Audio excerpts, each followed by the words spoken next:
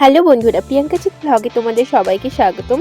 আজকে তোমাদের সাথে শেয়ার করব খুব সহজ ও হেলদি একটা রেসিপি, আমাদের সকলের প্রিয় লাউ ডাল। তো এই রেসিপিটা তৈরি করার জন্য প্রথমেই ধুয়ে নেব। লাউটাকে ছোট ছোট করে কেটে পিস করে নিয়েছি। দেখো অল্প পরিমাণে একটু আলুও দিয়েছি আমি, তো তোমরা দিতেও পারো বা নাও পারো। তো প্রথমে দেখো জলে দিয়ে দিলাম এই লাউগুলোকে একটু সেদ্ধ করার জন্য। তো আমি এটাকে খুব ভালো করে একটু নাড়াচাড়া করে নেব।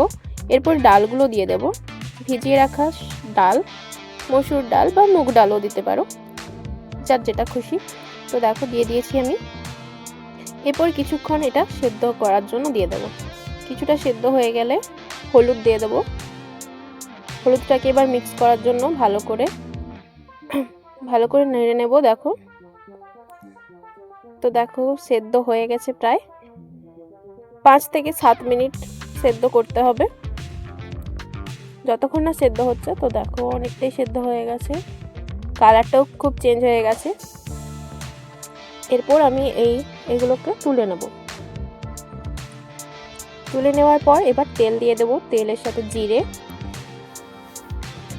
জিরে, লঙ্কা, শুকনো লঙ্কা বা কাঁচা লঙ্কা যে কোনো দিতে পারো। তো আমি শুকনো লঙ্কাই দিয়েছি। এরপরে তুলে রাখা সেদ্ধ লাউ ডালটাকে দিয়ে দেবো। দেখো দিয়ে দিয়েছি আমি।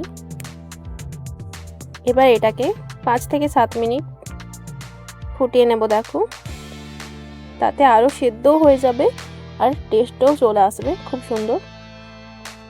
তো দেখো আমি করে নিয়েছি, ফাইনালি এরকম রংটা এসেছে। তো খেতে কিন্তু খুব টেস্ট, ভাতের সাথেও পরিবেশন করতে পারো তোমরা। তো কেমন লাগলো আমার এই সহজ রেসিপিটা অবশ্যই আমাকে কমেন্টে জানাবে, আর আমার চ্যানেলটাকে অবশ্যই সাবস্ক্রাইব করে দেবে। তো সবাই ভালো থেকো, দেখা হচ্ছে পরের ব্লগে।